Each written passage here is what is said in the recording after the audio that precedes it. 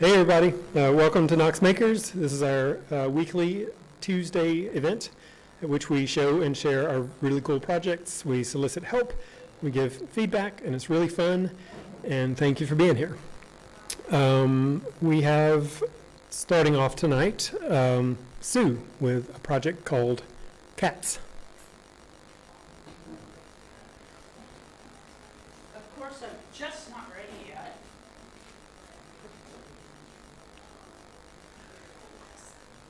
So I was asked a while ago if I could do a quilt for someone. I said, sure. And they said, well, this is what it would be.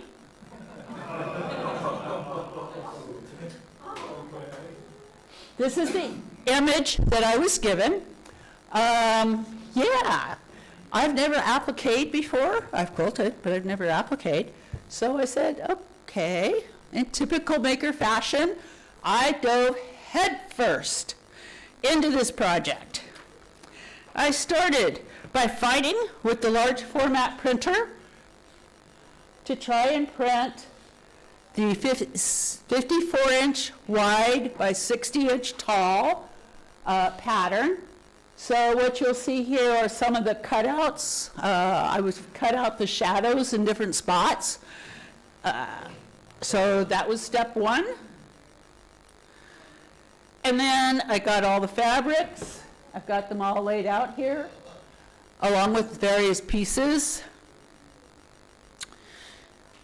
I tried to take shots as I went along, so this is a part of it. I went through several different types of applique methods and techniques until I found the one I really liked. Sublimation, I decided for the cats, it would be really hard to quilt them, so I decided to sublimate them. And when I sublimated them, I didn't think about them being so big. So I had to use 2 pieces of paper to make one. So we now have a 16 by 24 inch mat and cardboard at the sublimation press. So if anybody else wants to use a bigger print, they're welcome to do so.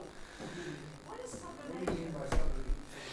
Sublimation is a type of pressing. Think of tagless underwear or clothing where it's there, but you can't feel it like vinyl. And it's a process where it heats the ink up and it transfers from the paper to the material or to the fabric. So here we go. I've got my cats. The black cat gave me the most trouble. I find that I don't think I like black cats, especially anymore. I ended up, it kept coming out kind of green. And when I adjusted it to black, it came out so black you couldn't see the lines. It was solid black. So I ended up just painting part of it. Shh. But yeah, so then I finally started putting the pieces together, and I thought I'd anchor it with that first. And then I took pictures every day as I progressed. So I won't bore you with all of those, but what I will show you is the final product.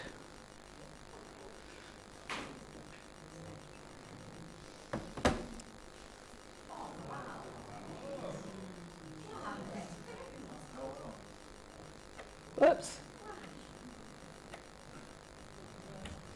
Yeah. So, oh.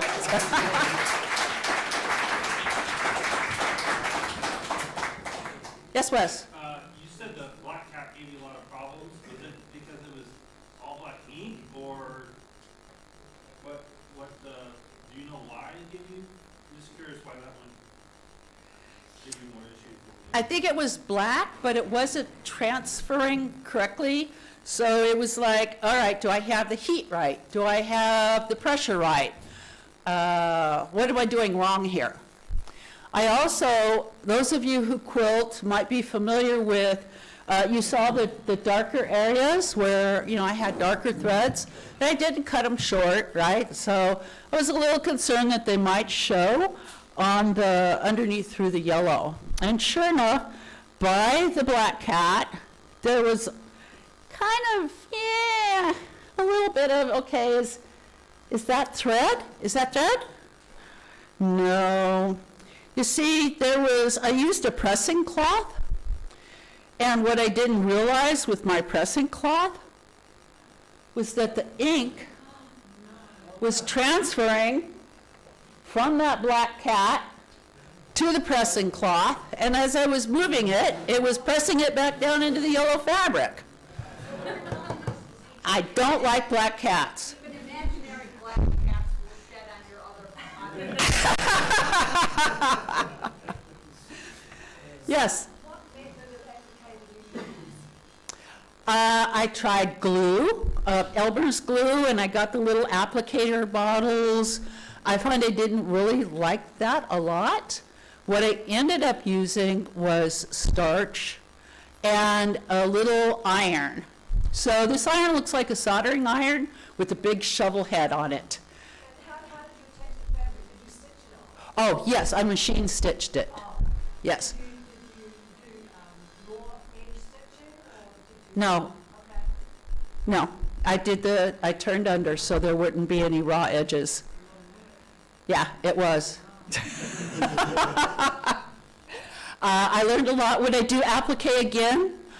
Yes. Believe it or not, yes. Would it be this intricate? No. Maybe a nice smooth whale shape or, but no shadows. Yes, Russell? You know the question. Oh, yeah. Okay, I tried to think what the answer was. I've been working on it probably 2 months, but not every day and not all day. A lot of it was only partial days. So, yeah, it was a lot of work, a lot of time, but the end product, there are some boofs, but I'm going to call them artistic design.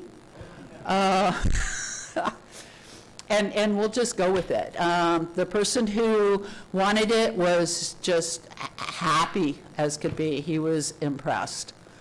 So, yes, it was great. Anything else? Thank you, everyone.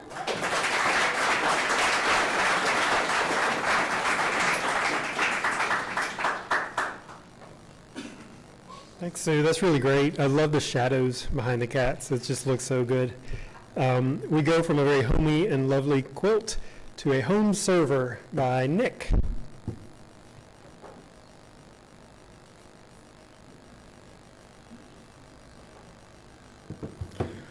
Hi, everyone. My name's Nick. I'm new here. I unfortunately have not met a lot of you yet, but I am looking forward to meeting everyone.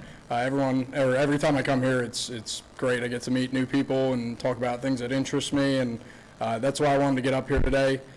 Just some background on me. I am new to the area. Moved here about a year ago, and I moved down here after I started working remote, and I work in IT.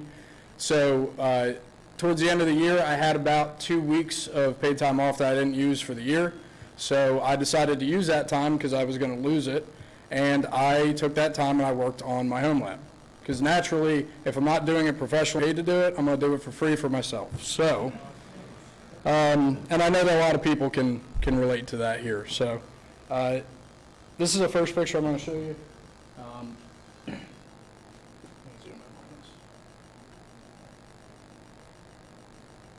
So this is my kitchen island, and this is the beginning stages of my project, kind of where I started. I had a lot of different computer parts that I have been hoarding for a long time, and I decided to kind of consolidate a lot of what I was doing.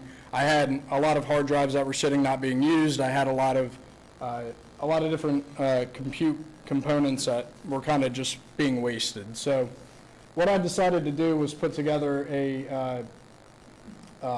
basically a large storage area for me to keep media, home media, backups for computers, things like that. Takes up a lot of room.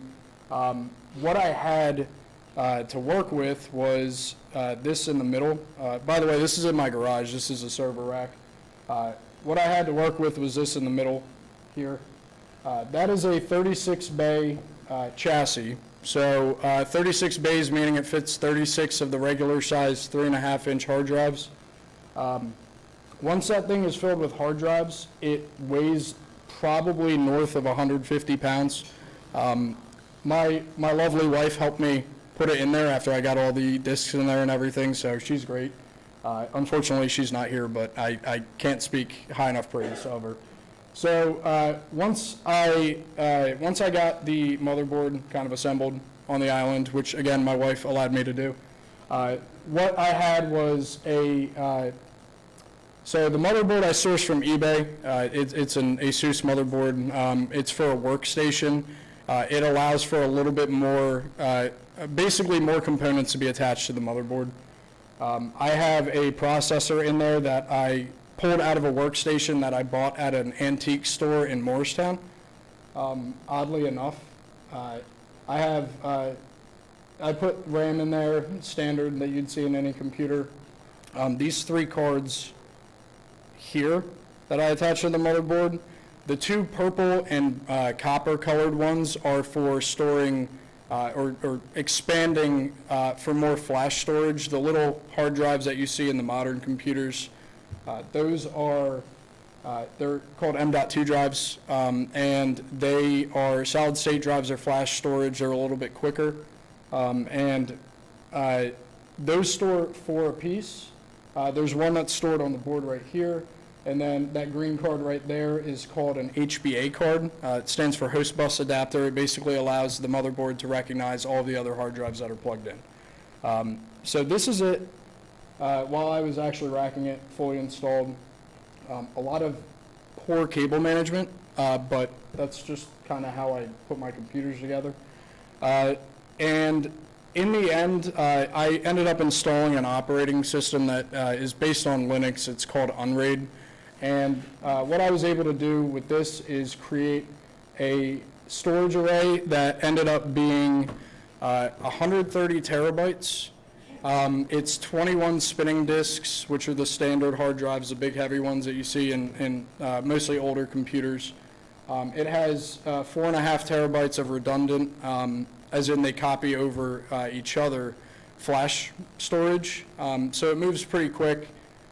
It's right now being used as my media library. I have about 600 movies on there right now that I took directly from my dad's movie library, so we actually replicate. But it was a really fun project. I mean, I had a couple challenges, had a couple disks not being recognized, had to transfer my license key for the operating system from a drive that I lost, actually. I had a lot of, let's see, the HBA card was giving me some problems. I ended up having to do a couple things with that. I don't like to dive into the details too much because a lot of times I use the terms that a lot of people won't recognize, but I'm happy with the project. It turned out well, and it's going to be a perpetual work in progress. I already know that, as it has been for quite some time. So does anyone have any questions? Yes. Yeah. Yes. How long did it take? Well, as I mentioned, this is a perpetual project, and I've been chipping away at doing not just this, but other server work in my home lab for the better part of about 5 years now. So 5 years so far. Yeah. Yes, sir. Are you using a RAID backup, a RAID configuration or something similar? I am, yeah. It's in Linux, you can have, right now all these disks are in something called XFS, which is just a file storage or a file system in the disk. It basically allows the computer to see the disk and write to it. In Unraid, it's set up as an array with one parity drive right now. I should have 2, but basically what that means is the data is written across multiple disks, and if one disk fails, it can, you replace that disk and it will rewrite back over itself, and you won't lose any data. You can have one or two. That's in the bigger disks, the hard drives that are heavier in spin. The flash storage is a mirrored copy. So there's 9 terabytes of flash storage there. There's 9 solid state drives, and they write to each other. So there's only 4.5 terabytes of usable storage. But yes, it is redundant. Speaking of redundancies, I do have I have a backup generator. I have it plugged into an UPS. I have 2 power supplies plugged into that computer. And I have ISP failover, so if my internet goes out for my fiber line, I do have a backup. So, yeah, completely unnecessary, but it's a great project, so, yes. So you're posting media on it? Right. Are you running Plex or Jellyfin? Jellyfin, Jellyfin. yes, okay. yeah. And are you hosting any music? Not right now. I haven't hosted any music yet. It's the library that I copied over from my dad had mostly TV shows and movies.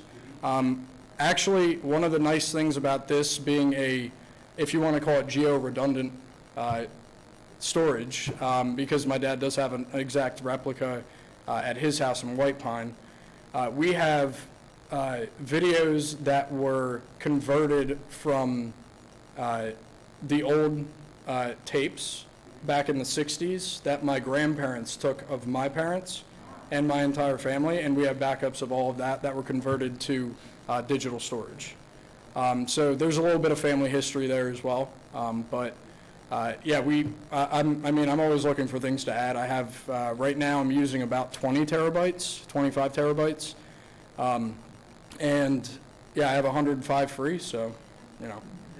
There are some nice Jellyfin music clients. Mm-hmm, yeah. So what client are you using, or like what client device are you using to access the Jellyfin? I am using a couple things. Right now I have an Android TV box. Mostly, I haven't even opened this up to like the outside pretty much. I do have a proxy manager in the front that I could use to tie it to a domain name, and I've done that before.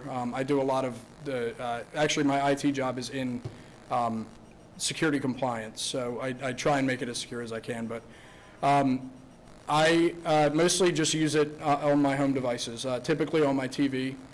I sometimes on my phone, but not typically. One of the nice things about Jellyfin, as you might know, is you can download the movies directly to your device for offline use as well. So my wife did that actually for a road trip she took my son on, downloaded some Bluey. We had some of that on the server, so. But I haven't gone deep into Jellyfin too much yet. I do want to, I have a couple other things lined up that I want to work on this server. I have Home Assistant actually is going to be one of the next ones that I do. And yeah, just a couple other projects and kind of expand it out. Cool. I'm deep in Plex right now, but I'm keeping an eye on Jellyfin. The client is what's kind of keeping me back, and Right. music, there's some really cool music projects that are working. I'm very excited about. Yeah, and I'd love to hear your opinions and what your experience has been. It's something that I haven't explored yet, so I could definitely use a leg up on that. Yeah, thank you. All right, thanks everyone.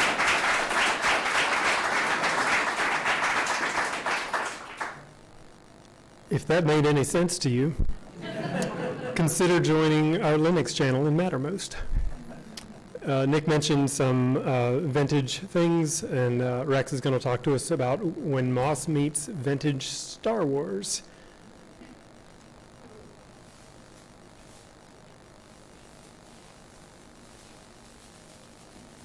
Hey, my name's Rex. I'm like, super into Ewoks.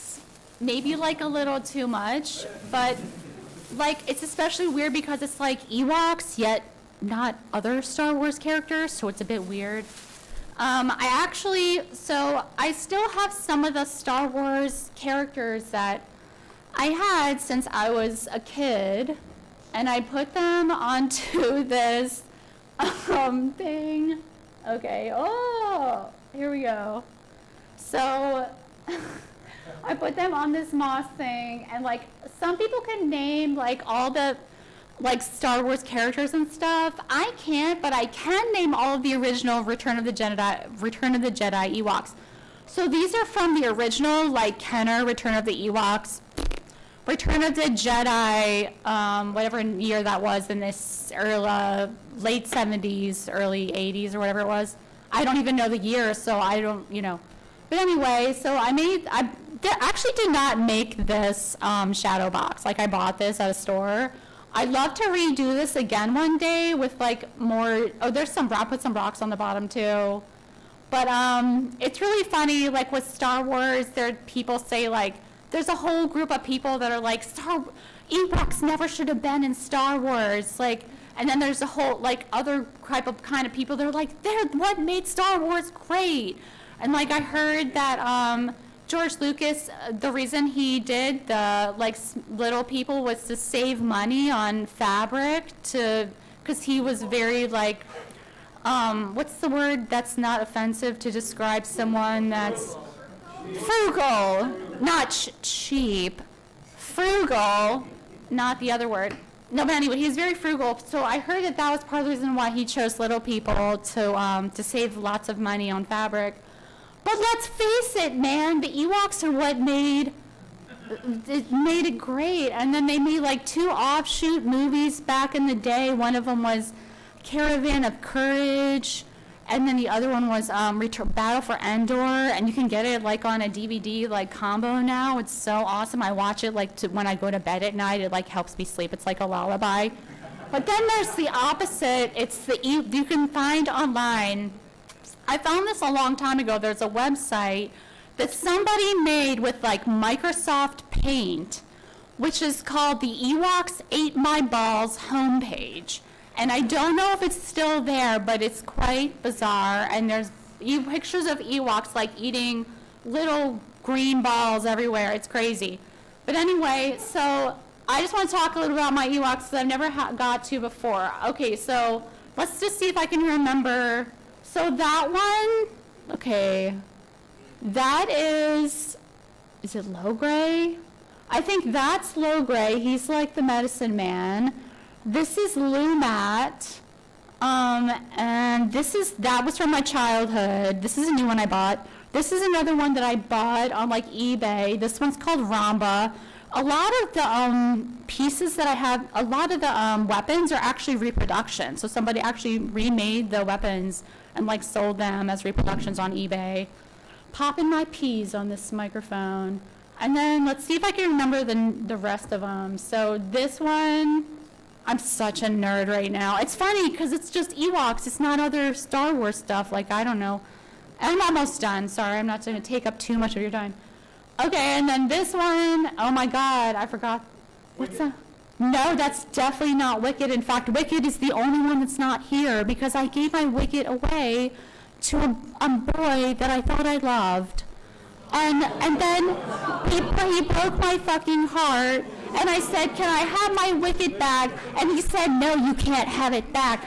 And I had that one since I was a little girl, like 5 years old, and he wouldn't give it back. What an asshole. What a fucking asshole. Anyway, fuck that guy.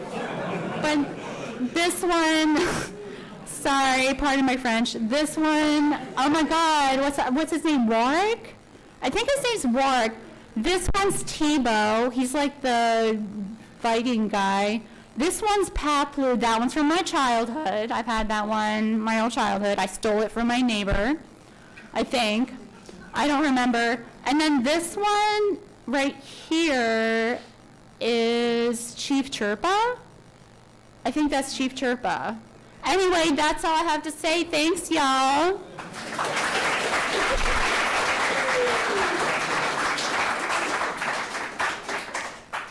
Well, I'm heartbroken that Wicket was not there and that your heart was broken. I will remind everyone, PG-13, please. That was very entertaining, but that is our swearing for the year. Next up, some of those Ewoks are wearing kind of vest-like things, and Erica is going to show us some sort of vest with very clean language.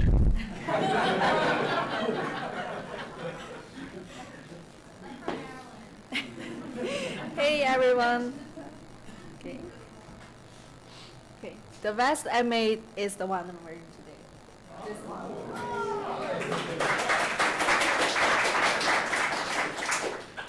So the fabric is actually coming from one of my coat.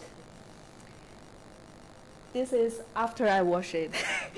I don't have the picture before I wash it. It was 50% wool. Then I was originally want to alter it into a sleeveless dress because the armpit is too tight, and then every sewer have a good habit of pre-wash their fabric. So after I wash it, it used to be knee-high coat. It only becomes to my hip, so it becomes super short that I can no longer make it a dress. So if you can see here, that's the sleeve. So that's shoulder and armpit. You will see how small it becomes. So, so armpit, it used to be in here, and then it's not here. I thought 50% wool should be fine. I cold wash it, it comes out good, and I thought, should I toss it in dryer? I thought for a second, and I decided to toss it into dryer with low heat, and then it comes out like this, like 50%, like I guess 40% smaller. So I can no longer make the dress that I was originally planned.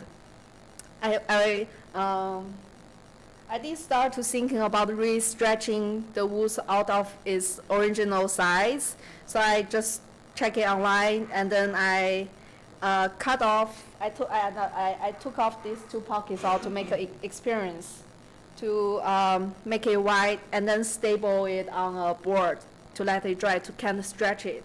So that's the larger one is the one that I already stable it to the wood board, and the other one was that the shrinking size. So after it comes out, like one become square, two pockets, and one become rectangular. And their seams are become like they're not straight, and they're not like vertical and horizontal anymore. They're all kinds of weird directions. So it's like it's really a failed experiment of re-stretching my fabric, and I decided to just leave it there and then think about later. So I have put all this fabric just on my table for like 2 months. Until yesterday, my husband said, you have to do something about this. So with limited amount of fabric, I just decided to make a vest. It's very functional, and it has more than enough fabric that I can use. But still, it's very limited fabric. So the front part, I could get a full piece of fabric, but the back part is actually 2 pieces that's sewing together because it doesn't have enough other one-piece fabric. So it has a very big line here. But still, it's really nice. And the lace part, actually, I found it in here in little lace box. It's really pretty, and I just put them together. It comes out really nice. Only takes like 2-3 hours. I just made it yesterday in here. Yeah, that's all. Any questions? All good? Okay.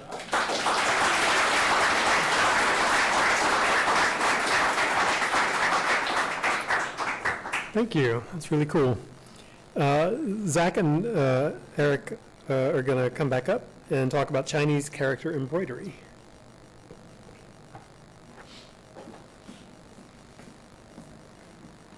Hello, everyone. Yeah.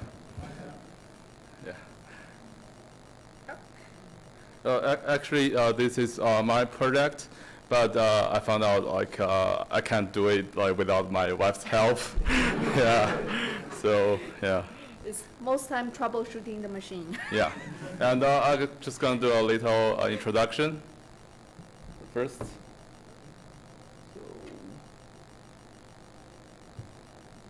You can see these are the Chinese characters, and it's quite different than other language because like daily like we use 3,000 characters in daily life, and there's over like 8,000 characters in total. So every character tells a story or something. And I don't know if you guys have tattoos, but I just try to make an example, but you can always fix it if you do it wrong. Like, cause this is one of the examples. Like, except there's like main two problems. One is the font. Like you need to pick a right font, looks cool. Because this kind of font is always used on the newspapers or books. Yeah, so it's not very cool. And the second problem is the meaning. You need to pick the right word. This one means chicken noodle. This one means, I don't know. I don't speak Chinese. Yeah. It looks cool, but the meaning is it's another story. So yeah, and this means the translation is wrong. Yeah, literally it means the translation is wrong. Yeah. So yeah. So like during history, the characters change a lot. Like we have thousands of years history, so the font is changing, it's developing, and you can see the first word character here is people like draw on the caves, and it's very realistic to show a picture of a man doing something. By the way, this is all the same character, means dragon. So it's changing a lot. Normally we use the kai, this word, nowadays like as a cool, like normal day use character, and not really this one. This one is the last one, the chicken noodle I showed you. This one is only used the newspapers and books, so yeah. And the second part I'm talking about the product. And it's actually the combination of two skills I learned from the Sue's embroidery class and Tracy's laser cut class. And then I realized I am familiar with the software. I learned the Inkscape. But while facing the embroidery machine, I just got lost. I have no idea how to do it. And I just asked my wife. She helped me a lot. And we do a lot of troubleshooting and spend hours to figure out this is the like fibers I got out of the machine, because yeah, it make the machine not working very well, and a broken needle. I broke one. Sorry about that. And my wife has to like try to pick the wire. Because this thread is really hard to work with. Even we just change different parts and directions, you have to like occasionally help it. But I found out only this kind of thread make a problem. Others it works just fine. Yeah, yeah. So I got only. By the way, I got two parts for my product. The outside frame is one part. It's from the windows of the ancient Chinese buildings. And the middle one is the characters. You can see this one. And this word means love. And in the middle, there's another small characters. It's the part of this big character. It means heart, because the love comes from the heart. Yeah. And this is the T-shirt I made. Yeah. This is E. And it means you need to do the right thing, even though it means sacrifice. So there's always tell stories in our word. And this is meaning. And there's two parts. You can see the first part on the top and the second part at the bottom. These actually are two characters combined to one big one. And the first one means sheep. And the second one means me or I. It means like, across the cultures, people always use the sheep as the sacrifice in the sacrifice ceremony. So it means like sacrifice myself to do the right thing. So it means E, and it means this, yeah. So it's pretty cool. It's our T-shirt though. Yeah.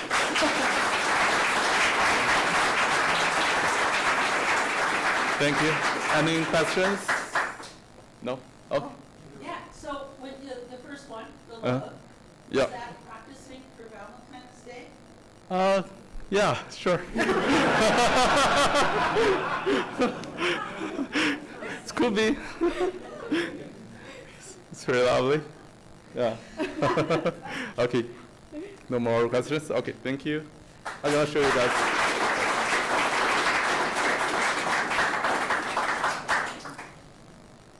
All right, Larry's going to talk to us about some NibblerBot coasters, and that machine is dangerous. You might have sacrificed yourself if you weren't careful.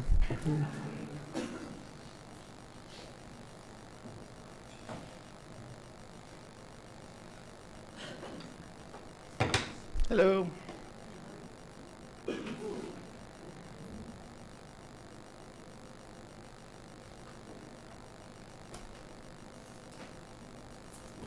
So this is a coaster that I made a couple of days ago. And while I think the coaster is kind of fun, what I'm really excited about is it represents my first practical project on NibblerBot. I took the alt class for NibblerBot, I don't know, September, October of last year. And between Fusion being discontinued, yes? What's NibblerBot? I'm sorry, yes. NibblerBot is the big giant CNC machine over in the corner of woodworking for anyone that's not familiar. But yeah, so I used to use Fusion 360, and Fusion 360 basically requires Windows 11 starting in October, and I refused to go there, so I've been on a learning journey with FreeCAD, and between trying to learn FreeCAD as well as how to operate NibblerBot, it's been a little while for me to get to this point. So this is actually what the design looks like in FreeCAD. And then after Billy's assistance in actually doing the CAM work, which tells the machine all the different operations that have to be run in order to actually do this. For instance, you know, one of the first things that had to be done was the surface had to be flattened so that everything was starting from the same level. And then there was a surface 3D profile that was done a couple of times to actually give the design. And then there was an operation that was run to actually cut out the shape and everything. So when you look, this is what it started with right here, is this piece of wood that was a little bit oversized and everything. It was flat on the bottom, but the edges didn't matter, the top didn't matter. You just needed to know the general thickness. And then this is actually some of the motions that you see when it's actually doing these contours in here.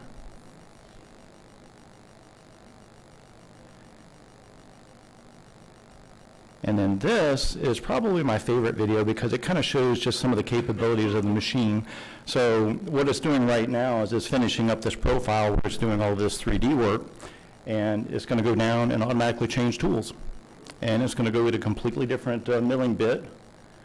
You can see what it looks like right there. It's got the design, and it's got the flat space that it needs right there. Now what it's doing is it's going to pick up one of two bits that it's going to use to actually cut out the shape now.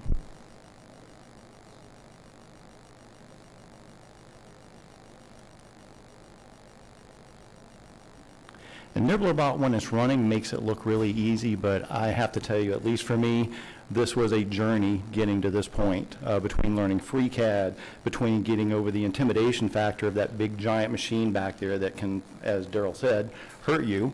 And of course, you don't want to break, you know, something that big and neat and expensive. But yeah, I'm happy with the way it came out, and yeah, looking forward to moving on to other projects. So just a couple of other pictures here of the completed, almost completed project. One of the things that I wanted to point out was that I did have it leave some tabs so you can see that it's profiled all the way around. Well, you don't want this thing to just go flying off as it finishes the last cut. So there's a couple of different ways you can handle that. I think oftentimes tape is used, but I think about maybe getting into some thinner materials and bigger jobs.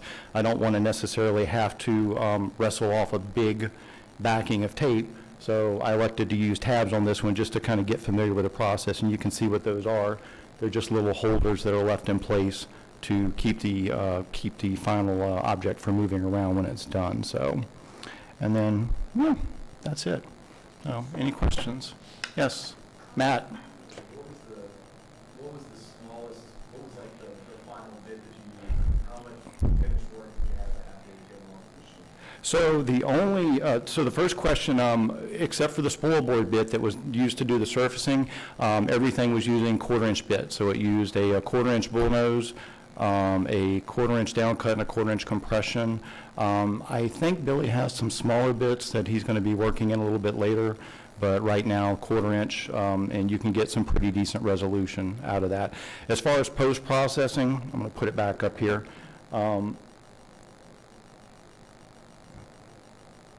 There was absolutely no post-processing done on this other than taking the tabs off. So you can, it's kind of hard to see here, you can see what looks like, almost like layer lines in a 3D print, but that probably could have been somewhat mitigated by like reducing the step down even further than what it was. So I think we set it up to use a 5% step over on the final pass, so you could bring that down even further, but of course it increases the time. So How long did you the journey to get it ready to run was, I don't even want to think about it. But once it was set up and you hit the go button, you stand back and watch it run its magic. This particular one took about 30 minutes. So, yes, Erica. I'm sorry, Amy. It's a coaster-like object. It's supposed to be a coaster, just because I wanted something. So the design actually started out, there are, I followed a tutorial online that showed you how to do hexagons with symmetrical shapes in them. And then you can rotate those hexagons in 60-degree increments and get different designs in here. So I started out with, I think, 6, 7, 8 hexagons, and then basically profiled them into a coaster shape just to have something final that wasn't some big ungainly looking thing. So, yeah. Any other questions? Yes? Is the marks on that, is that the actual blade of the wood, or is that scuffing from the machine on the wood? Both. Yes, both. Yeah. I mean, some of it you can see, and again, you can see this in person when we're done. But you can definitely see down in here, you know, where the bit was a little bit too wide, so it would pick up a little bit and try to not take out more of the contour than it was supposed to. So the wood was basically one colour when you started? No, I'm sorry. There is a lot of grain in this wood. Yeah. Flip it over. And this, by the way, was just a scrap piece out of the woodworking pile. So, yeah. I don't even know what this is. It came out of the scrap pile. Yeah. Hmm. Yeah. Yes. No, this was literally an exercise to take me from beginning to end with designing something, camming it, although Billy did most of the camming, and then actually setting up the job and running it on NibblerBot from beginning to end. So, yeah. Thank you.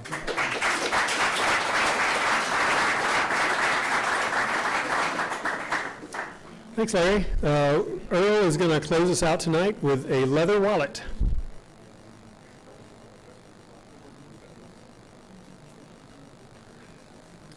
How's it going? Okay, it is working. That always gets me. All right. So yes, my name is Earl. I've been doing leather for a little while now, I guess, a month, 2 months maybe. And I came in here and the first thing that I wanted to do was make a wallet. Turns out that is a little bit harder than I originally thought. So here is my wallet. As you can see, it is a wallet. It holds money.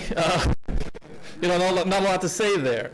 I will say that while it looks neat, I think, you know, maybe you disagree, it's green. I don't know how many green wallets you've seen. That's pretty cool, right? I would encourage you, if you do look at it, hopefully I know that you're looking at my wallet. Anyway, you'll notice that it's got a big hole here. Now, something about wallets that maybe a lot of you probably do know, is that sometimes you hold money in here. And when it comes to change, it doesn't do very well with that. I didn't actually stitch it close enough. Here, I'll show you. I didn't actually stitch it close enough, and this was hand stitched. It took me forever. So I didn't actually stitch it close enough. I should have gotten maybe a little bit closer, but so that's pretty neat. I put a little horse there. I don't know if anybody in here likes horses. I put another one there, 2 horses. And also I tried to dye the edges like a brown color. Thank God you can't really see it too well while it's on the big screen here. But I messed up and I got brown dye all over my nice green wallet. So, you know, you take the successes where they are. Also, I showed up on Sunday to make this thing, and I left a template over by the leather working area. And when I came there, there were actually 2 other people looking at that same template, trying to make the wallet. And so they had never done leather working before, but I was able to walk them through how to make a wallet. So that was pretty cool. So there you go. That's my, yes, question. The horse, did you freehand that, or was that a stamp? I will lie to you and say that I free-handed that. It was a stamp. No, my sister-in-law gave me a, my wife loves horses. So she gave me a stamp so that whenever I make my wife anything out of leather, I can put a nice horse stamp on it. So there it is. Any other questions? All right, sounds good. All right.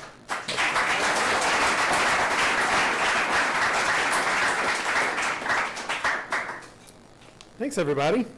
I got a few announcements. I'll start with events coming up.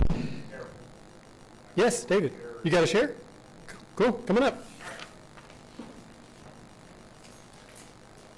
Sorry, y'all missed the list earlier.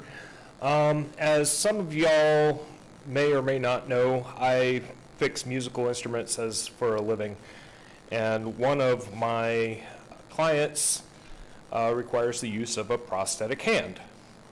And he called me up the other day, or it was probably about a month ago, says, David, my horn's fine, but you work with small stuff. My hand is broken, or one of my hands is broken. So I said, well, I don't know, but I'll look at it and see what we can do. So, yeah, so anyway, he brought me this. He said, there's no rush. This is a backup, but they don't make this anymore, so I can't get parts. And as you might be able to see on here is the end of this little cable is busted. And it's supposed to go through this arm right here. And there's some cable that runs across his back that he can like move his opposite shoulder and it opens the hand. So luckily it has a disconnect. I didn't have to do anything with that, but I did have to figure out how am I going to attach this cable, to this lever arm and not wreck the rest of the hand that you can't get parts for. And he also said, no rush, it's back up. Well, he called me last week and he said, David, my other hand broke. Same problem. So I said, okay, we'll see what we can do with this. And of course, I didn't take as many pictures during the process that I should, but I'll show you the end result here. You can see this is the hole that the cable has to go through. I don't think it was actually counterbored like that. I think it was the little stop that they had on the end of the cable just wore through the aluminum and until it got thin enough to where it just pulled all the rest of the way through. So what I did was I machined this piece out of brass, center drilled it, and brazed it onto the cable. This is 1 millimeter cable, so it's pretty small. I I originally wanted to do the stop out of stainless, but my little drill just was flexing too much and I didn't want to break it. So brass it is. You can see the braze joint there. And then there it is installed in the lever. So it's got a nice chunky stop. It's not going to pull through. You can see it there. And then here's a little video of the stress test on the hand itself. So that's my share.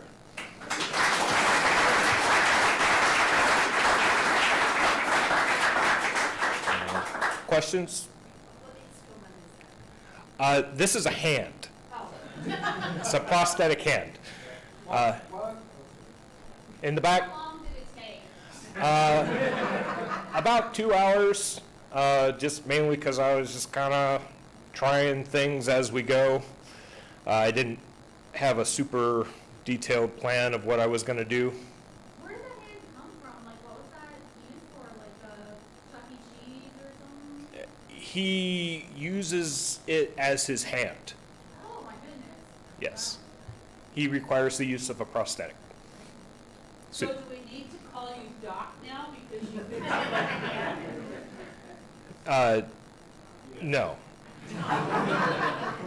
Why did he have a Band-Aid on the finger? It's tape that pads the hand. He's a trumpet player, and so to not damage his trumpet, it's wrapped in padded tape. It just happens to be, Band-Aid flesh colored. But I'll show you the picture again. You can see that there's a bunch of layers that this hand has a back, I'm sure, that he kept. But you can see here on the side, there's layer on layer on layer. That is offhand or the hand?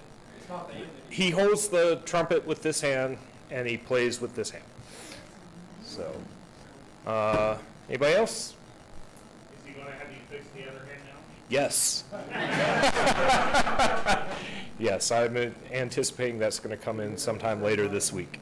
You're pretty handy. Yeah, well, you're lucky I missed the sign up. I was going to, sign up as hand job, but. All right. Well.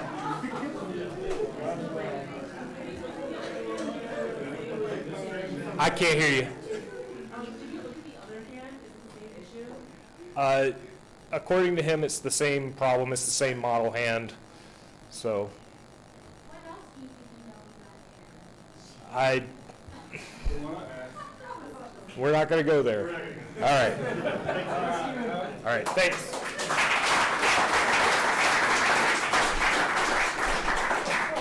Thank you, Dr. Ruddy. That was really cool, and I like that the piece you machined actually looked sort of like a trumpet or trombone mouthpiece. I don't know if that was intentional, but in profile it did, so cool. Now we'll talk about events and then a couple of quick announcements. If you want a woodworking 202 class, which is a turning class, advanced turning, you make a bowl, I believe. There were, as of this morning, a couple of spots for Wednesday, tomorrow, the 14th at 6:30 p.m. There's an As the Lathe Turns event in the wood shop on Thursday at 7 p.m. That's a monthly event where people come together and talk about throwing things on lathes and turning them, and it's a great, good social time. Is there a theme, Sean, this time? Not this month. All right. No theme, but basically just people bring stuff in to show off. Cool, yeah. Well, I'm terrified of turning and flying wooden objects, and I've attended a couple times, and it's been great fun, so come on out. There's a Stitch and Bitch, which is a monthly event on Saturday the 17th at 1 p.m. Come bring a project, hang out with the folks in Fiber Arts, fix stuff, make stuff, chit-chat. The much sought-after bandsaw class, there's one on the 21st at 6:30 p.m., and there were, as of this morning, I think a couple tickets left for that. It's hard to get those. Get them while you can. And then I want a class a little farther out, small repairs with hand sewing. I'm trying to get my wife and son to come to this because my son is actively patching like Carhartt pants that are ripped up and everything, and I don't think he'll make it, but that's at 1 p.m. on January 31st. There were some tickets left. Get them. That's going to be a cool thing. That's all the events I'll share. I just want to quickly say I've been sitting over there by John Dale all night, and you're looking so makery tonight. I just really love it. So if you see John Dale later, call him and tell him how makery he looks.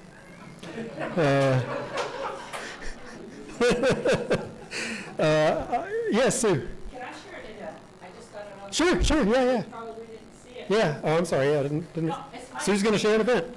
No, well, it's not a big share. I meant to do it when I was sharing earlier. Okay.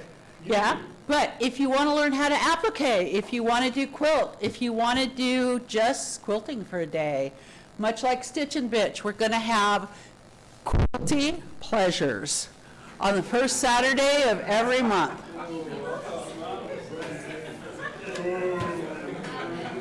That's right, it's casual and it's fun. So come on by if you want to know more about quilting. It's on the calendar, folks. Thank you. And I've just had whispered in my ear that another wood turning class has been posted for the Woodworking 101 rather, has been posted for, I think you said the 24th. Also, already sold out, okay. Thank you. Thanks anyway, that is a really popular class.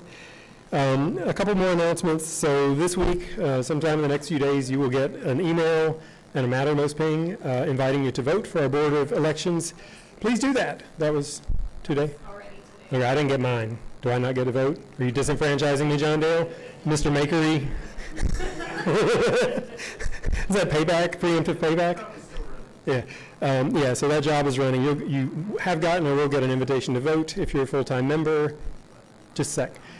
And please participate. The Board of Directors helps keep things going, and we need you to tell us you want us to work. So you'll vote online, and you have up until 7:10 p.m. next week, next Tuesday at the annual meeting, and we'll announce the results at the end or at some time during that meeting. Yes, Rex, you had a question.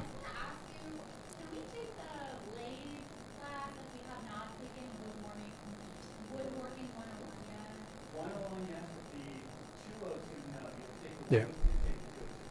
So the 102 is the authorization, and 202 is hands-on turning. Yeah, so just to repeat for those who may not have heard that, the 101 class is general wood shop auth. The 102 is basic wood turning.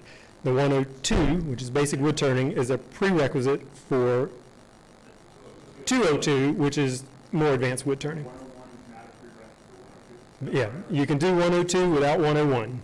Take bandsaw, you can do bandsaw without having done the Yeah, 101. yeah, 10-4.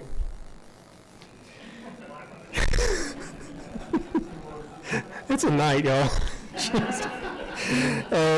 Final announcement for tonight that I've got is that next week, January 20th. So sometimes we lie. We say that every Tuesday night we're open. Come talk to us. Come see us. Come visit us. Next Tuesday, one Tuesday a year, it's a members-only meeting. It's our annual meeting. If you're not a member or a trial member, please don't come next week. We want to see you the week after and every other week. But this is our annual kind of private meeting. And we will try to stream to our internal streaming service. We will not stream that to YouTube or anywhere else. There's a cookout before. Bring an appetite. Around 6 o'clock, we'll serve you burgers and dogs. Bring a side dish. Bring something to share if you're inclined. We'll learn about election results, and the board will give kind of an annual report. What did we do this year? What did we accomplish? And what are we thinking about in the coming year? So be there or be very, very, very square. And with that, I conclude tonight's session, and I'm going to go take some Alka-Seltzer.